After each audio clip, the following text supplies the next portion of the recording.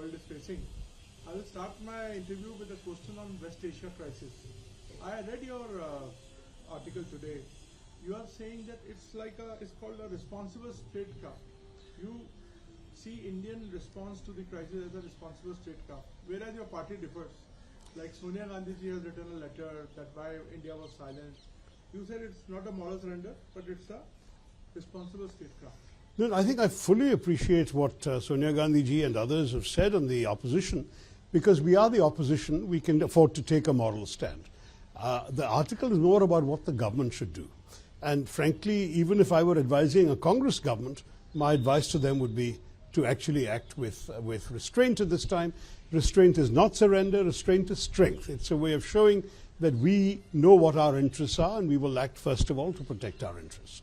So sir, do you think at first place India should have sent the condolences on? There I agree completely with the critics of the government that the very first day of the conflict when the supreme leader, Ayatollah Khamenei, was killed, that very day we should have expressed our condolences. After all, the supreme religious leader of a friendly country, that would have been the appropriate thing to do. You remember when President Raisi died in the helicopter crash a couple of years ago, immediately we issued condolences, we declared mourning.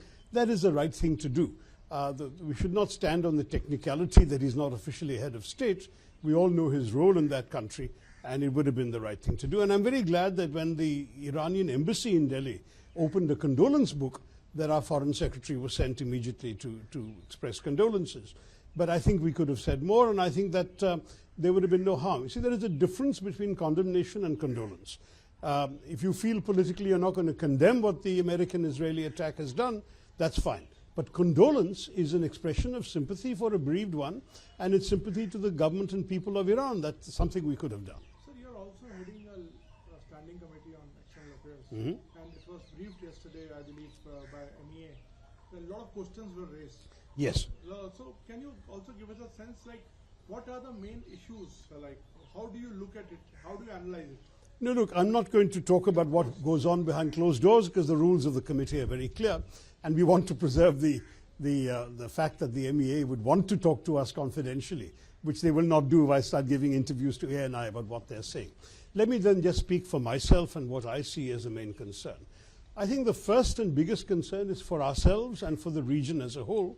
There has been tremendous disruptions, particularly of the economies, because if you look at the fact that so much of oil and gas supplies have been affected, oil, petrol, diesel coming from the oil-producing countries of the Gulf, gas, something like 80%, I think about 60 to 80% of our LNG, LPG is coming from Qatar and the other countries in that region, and we're not able to receive it anymore, except in very small installments. A couple of ships come, that's 1.5 days supply.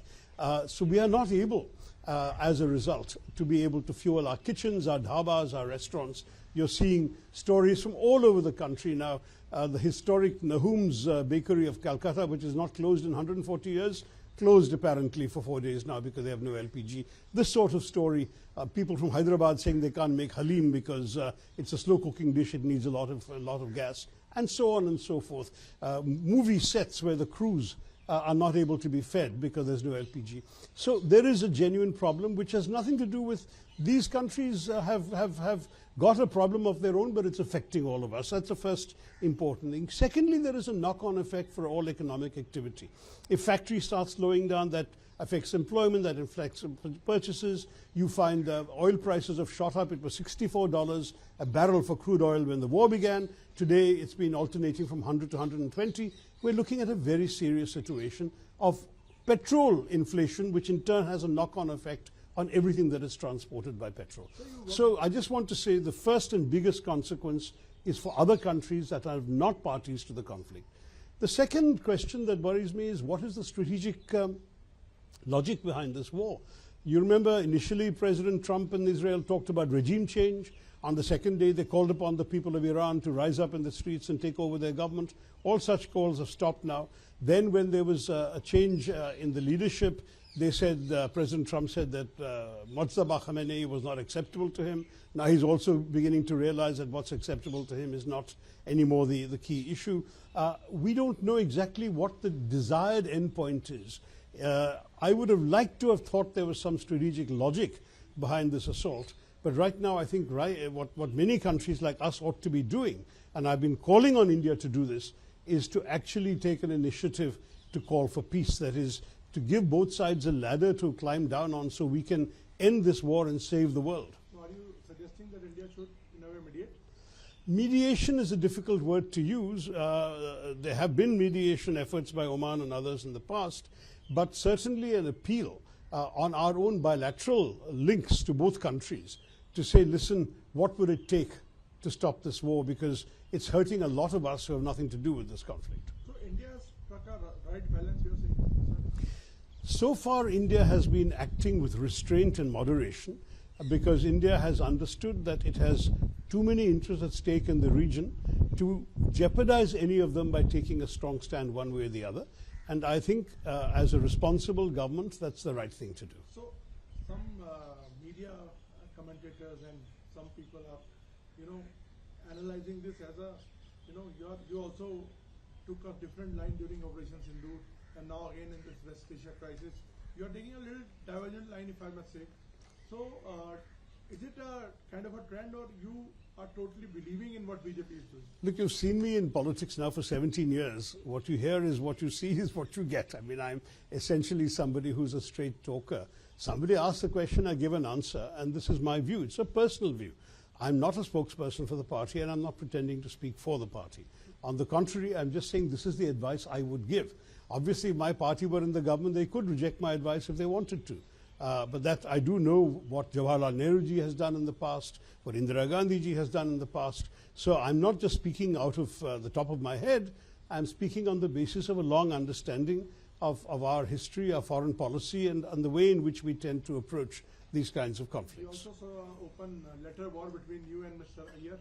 On this issue itself, yeah, he also felt that I should not have given any sort of sympathy to the government for their stand. I disagreed. And I just think that what I didn't like about his letter was that there were gratuitous motives applied to me. People have seen me around for a long time. I have no ulterior motives. I speak what is in my mind, and that's all I was doing. And as far as I'm concerned, that's what I'm doing now. Sir, coming back to supply chain disruption, you said that actually it is happening right now. The way the government is handling it, like we are also talking to Iranians and letting our ships pass from the Strait of Hormuz, and we are also constantly diversifying. So are you satisfied with this kind of approach? Well, I think we can't diversify enough in terms of sources. We've been allowed, in terms of the sanctions being lifted on those Indian companies that were buying Russian oil. That means we can buy more Russian oil, and we are buying a lot of Russian oil. But that is not a solution yet on the gas front. So I think what we need to do is we can diversify sources of supply as long as the war lasts, as long as there is a shortage in the world markets. We can also, in the broader sense, have more free trade agreements with other countries, so we can have our exports going to a wider variety of countries on better terms than has been the case so far. But at the bottom line, if you really look at it, for this particular crisis, we are, as the expression goes, caught over a barrel, as are many other countries. We don't have a whole lot of options to cope with this if it drags on much longer. My last question on this crisis, sir, you worked in UN. So do you think it's the end of UN because no one is abiding by law? They're killing civilians, they're coming to other countries' shores and, torpedoing the ships. So, I mean, the problem with UN is what is the end of the UN? The problem is what's the alternative? It's the only forum that brings together all the countries in the world. So we've got to try and make the best of it. Right now, when it comes to the question of international peace and security, the UN has turned out to be ineffective, but it has convening power in many other areas, and I hope that it will, in fact, be able to play a useful role in other areas.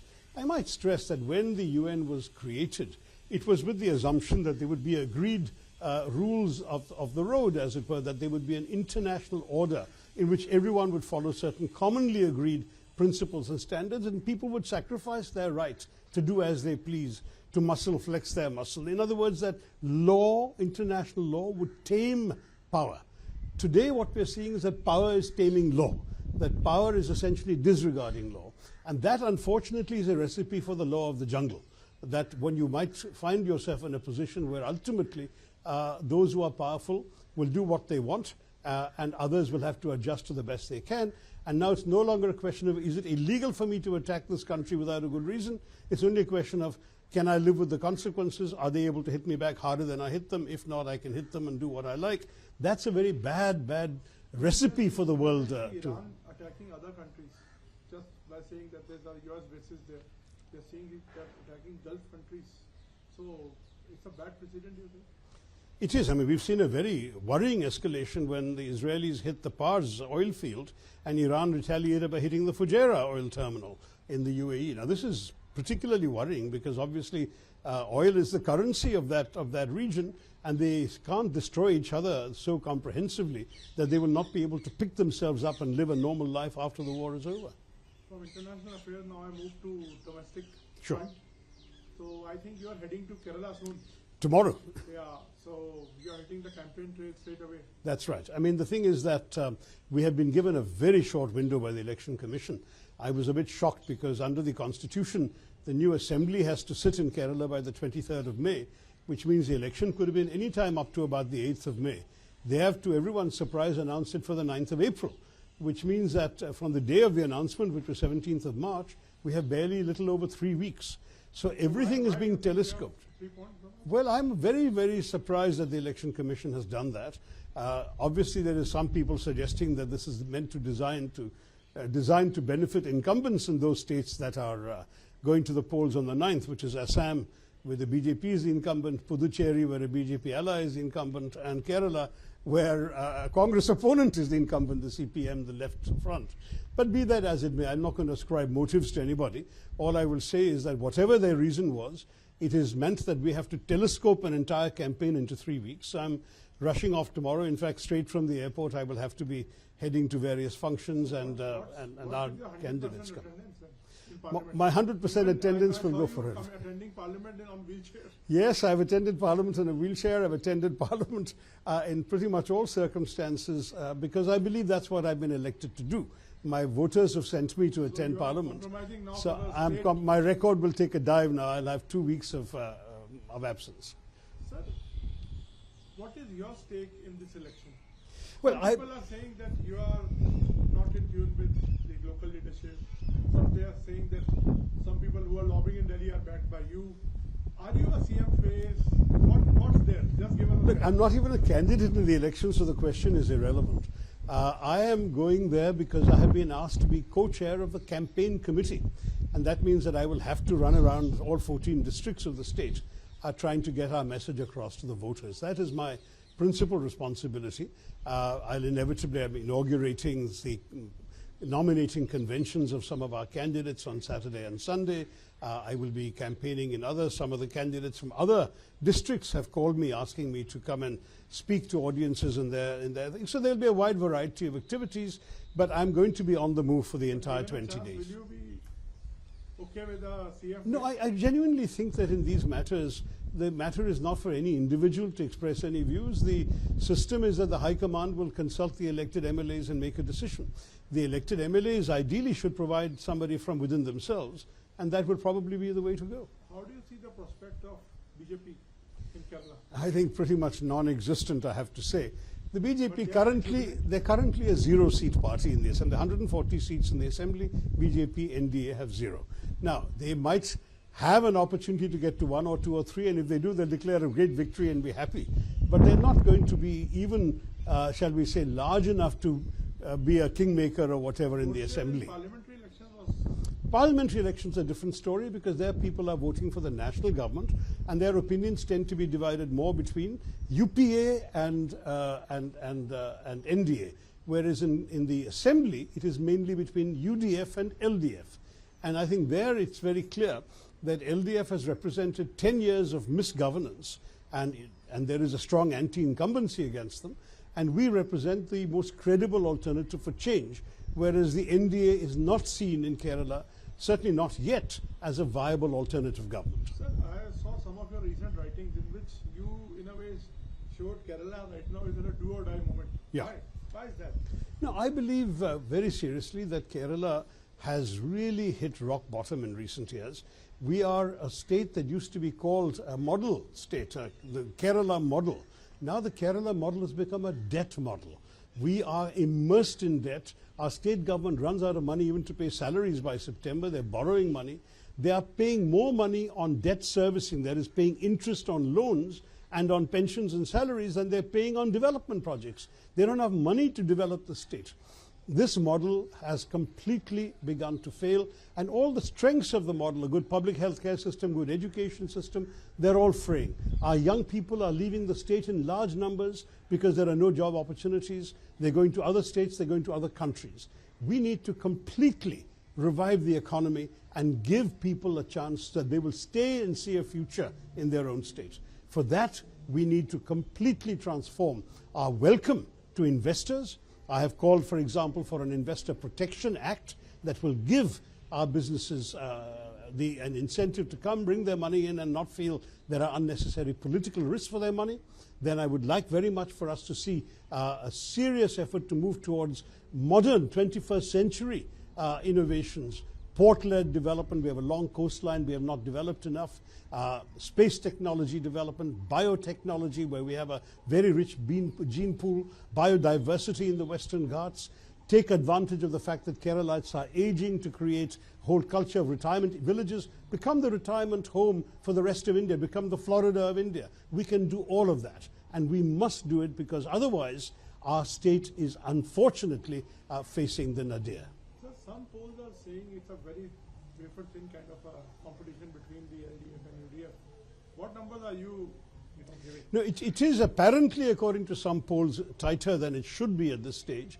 I would say that my colleagues are very confident of 85 to 100, and I will defer to their judgment. The ones on the ground have been saying this.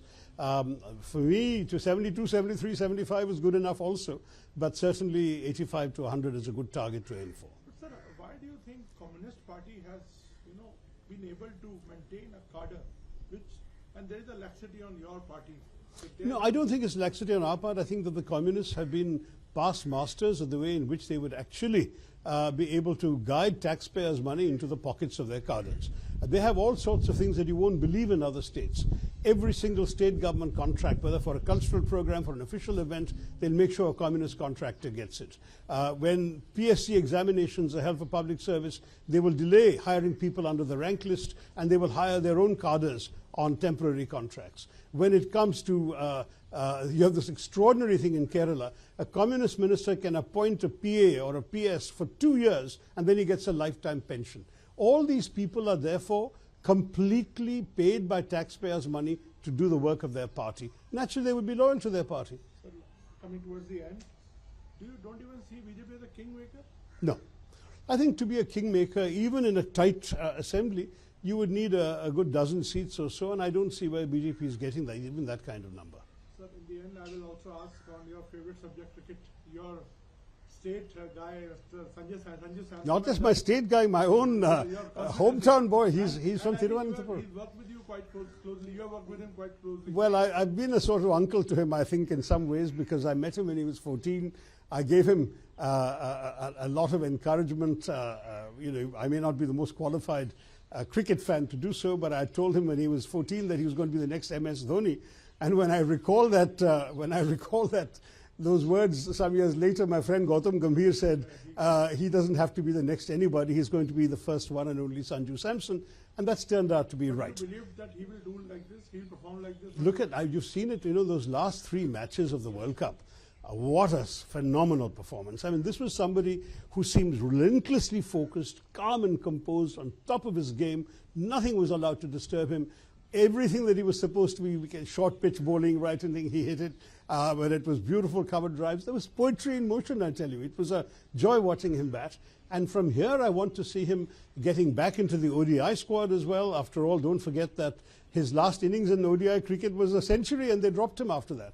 So let's give him a chance again. One day, maybe even in Test cricket. Did you call him during the match? No, first of all, we have very strict protocols. They can't receive outside calls and so on during matches. But he did call me after to wish me on my birthday, and I was able to share my warmest thoughts and appreciation for him. He is a terrific young man, very modest, very focused, very, very good. He's a credit to the strong community he comes from, which is the fishing community of Viljam in my constituency. Today we have a big port in Viljam, but the greatest product of Viljam is still Sanju Samson. Sir, also, sir, one more thing. Now you are hitting the campaign trail. Do you think this Gulf War and its impact on the state, because a lot of people are settled in Gulf, will also be one of the issues here? Well, if they start losing their jobs, it will be a big issue. So far, they are stuck, but they are not unemployed. What I'm worried about is if those economies in the Gulf are affected by a prolonged war, then they will start, because if contracts cannot be fulfilled, projects cannot be continued, then they will no longer need to employ our people.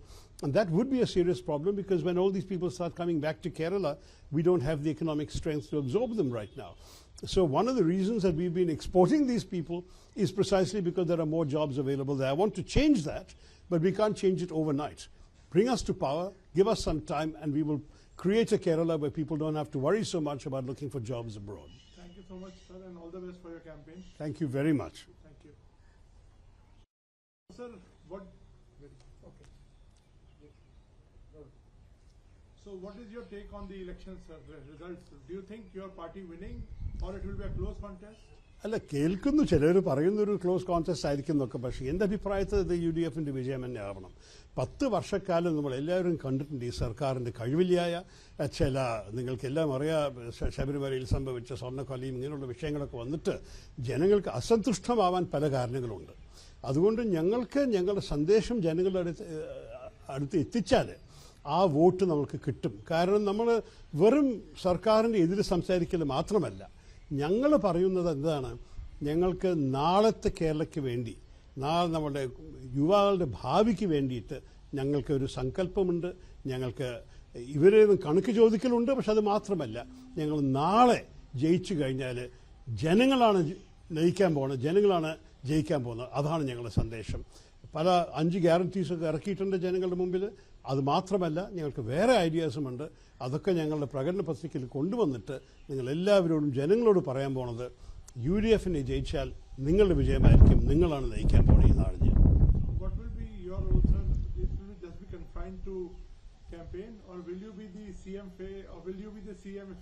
അല്ല, ഞാനൊരു സ്ഥാനാർത്ഥിയൊന്നും അല്ലല്ലോ. ഞാൻ പിന്നെ MP ആണ്. എൻ്റെ കടമ ഇവിടെ, എൻ്റെ ജോലി ഡൽഹിയിലാണ്. പക്ഷേ ഞാൻ ക്യാമ്പയിൻ കമ്മിറ്റിയുടെ ചെയർമാനായിട്ട് 14 ജില്ലയിലും ഇറങ്ങാനാണ് എൻ്റെ ഉദ്ദേശം, പ്രചരണം ചെയ്യാൻ. എൻ്റെ ഉത്തരവാദിത്തം അതുതന്നെയാണ്. ഞാൻ നാളെ എന്നെ നാട്ടിലേക്ക് വരുന്നുണ്ട്. പിന്നെ ഓരോരോ ചടങ്ങിന് ആൾക്കാർ ആവശ്യപ്പെട്ട് കഴിഞ്ഞു. 2 സ്ഥാനാർത്ഥികളുടെ കൺവെൻഷനെ ഉദ്ഘാടനം ചെയ്യുന്നുണ്ട്. പലവരും വിളിക്കാൻ തുടങ്ങി ഓരോരോ ജില്ലയിൽ നിന്ന്. ഞാൻ എല്ലാവരുടെയും ഇറങ്ങാനും പാർട്ടിക്ക് ആവശ്യം ഉള്ള പോലെ പ്രവർത്തിക്കാൻ തയ്യാറാണ്. BJPക്ക് വലിയൊരു സാധ്യത ഞാൻ കാണുന്നില്ല. ഇപ്പം നിങ്ങൾക്കറിയാമല്ലോ, അവരുടെ എണ്ണം നമ്മുടെ നിയമസഭയിൽ 0. അപ്പോൾ ആ 0 പോയിട്ട് 1, 2, 3 ആക്കിയ ഒരു വലിയൊരു വിജയമായി വിചാരിക്കും. അത്രേ അവർക്ക് കിട്ടാൻ പോകുന്നുള്ളൂ. അവർക്ക് അതും കൂടി കിട്ടാനുള്ള സാധ്യത എളുപ്പമല്ല. അപ്പം ഞാൻ പറയട്ടെ, BJPയെ കുറിച്ച് ചിന്തിച്ചിട്ട് വലിയ കാര്യമില്ല. ഇത് UDFും LDFിൻ്റെ മത്സരം തന്നെയാണ്. ഈ കിങ് മേക്കർ എന്നൊക്കെ പറയുന്നത് എന്താണ്? ഈ മറ്റേ UDFിനും LDFിനും 2 ആൾക്കും ഭൂരിപക്ഷം ഇല്ലെങ്കിൽ ഇടയിലത്തെ ഒരു പാർട്ടിക്ക് അവരെ സഹായിക്കാൻ, ഏതെങ്കിലും ഒരു സൈഡിനെ സഹായിക്കാൻ സാധിക്കും എന്നൊരു വിശ്വാസമാണ്. പക്ഷെ അങ്ങനെയൊക്കെ ഒരു കിങ് മേക്കർ ആവാൻ 10-12 സീറ്റ് വേണ്ടേ? അതൊന്നും BJPക്ക് കിട്ടാനുള്ള സാധ്യത ഞാൻ കാണുന്നില്ല. എവിടെ നിന്നാണ് അവർക്ക് ഈ 10-12 സീറ്റ് കിട്ടാൻ സാധിക്കുക? എനിക്ക് ഒരു പ്രതീക്ഷയുമില്ല BJPക്ക് അവരുടെ ഡക്കിനെ ഒന്ന് പൊളിക്കാൻ സാധിക്കാം. 0 പോയിട്ട് വല്ലതും ചെയ്യാൻ സാധിക്കുകയാണെങ്കിൽ അതന്നെ വലിയൊരു കാര്യമായിരിക്കും. We have seen a lot of your writings. You are saying it's a do-or-die movement for Kerala, and you are saying that you have 10 points which are to be done, for the Kerala this time. കേരളത്തിൻ്റെ ഭാവിയെക്കുറിച്ച് ഞാൻ ഒരു കാര്യം പറയട്ടെ. ഇപ്പം നമ്മൾ ഈ Kerala model എന്ന് പറഞ്ഞ കുറേ വർഷങ്ങൾ സംസാരിച്ച് നടന്നത് ഇപ്പോൾ ഒരു കടത്തിൻ്റെ മോഡലായി മാറി വന്നിട്ടുണ്ട്. നമ്മളുടെ സംസ്ഥാന സർക്കാരിൻ്റെ ഈ ഫൈനാൻഷ്യൽ മിസ്മാനേജ്മെൻറ്റ്, നമ്മളുടെ സാമ്പത്തിക സ്ഥിതി മഹാമോശമാണ്. നമ്മൾ കടത്തിൽ മുങ്ങുന്നുണ്ട്. സെപ്റ്റംബർ ആകുമ്പോഴേക്കും വീണ്ടും കടമെടുക്കണം. ശമ്പളം കൊടുക്കാനും ഓണം ബോണസ് കൊടുക്കാൻ കൂടി സർക്കാർ കടത്തിലാണ്. ഇപ്പോൾ അവർ പലിശയിലും ശമ്പളത്തിലും പെൻഷനിലും വികസനത്തിലും കൂടുതൽ ചെലവാണ് ഇതിലൊക്കെ ചെയ്യുന്നത്. അതിൻ്റെ അർത്ഥം ഈ നാടിന് നന്മയ്ക്ക് വേണ്ടി ചെലവാക്കാനുള്ള കാശ് സർക്കാരിനില്ല. വെറും നമ്മളെ ടാക്സ് ചെയ്തിട്ട് കാര്യമില്ല.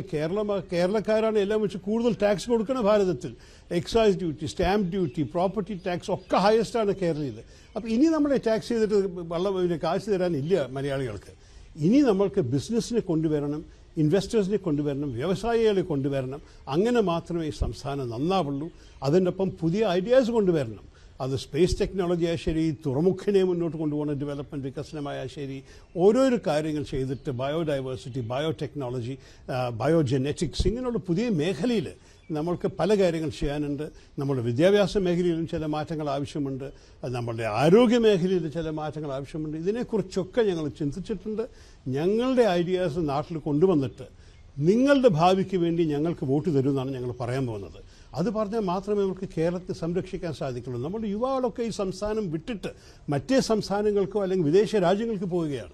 അവരെ കേരളത്തിൽ തന്നെ നിലനിർത്താനും അവർക്ക് കേരളത്തിനൊരു ഭാവി കൊടുക്കണമെന്നുണ്ടെങ്കിൽ UDF വോട്ട് ചെയ്ത് വിജയിപ്പിക്കണം. Thank you, sir. Thank you for talking.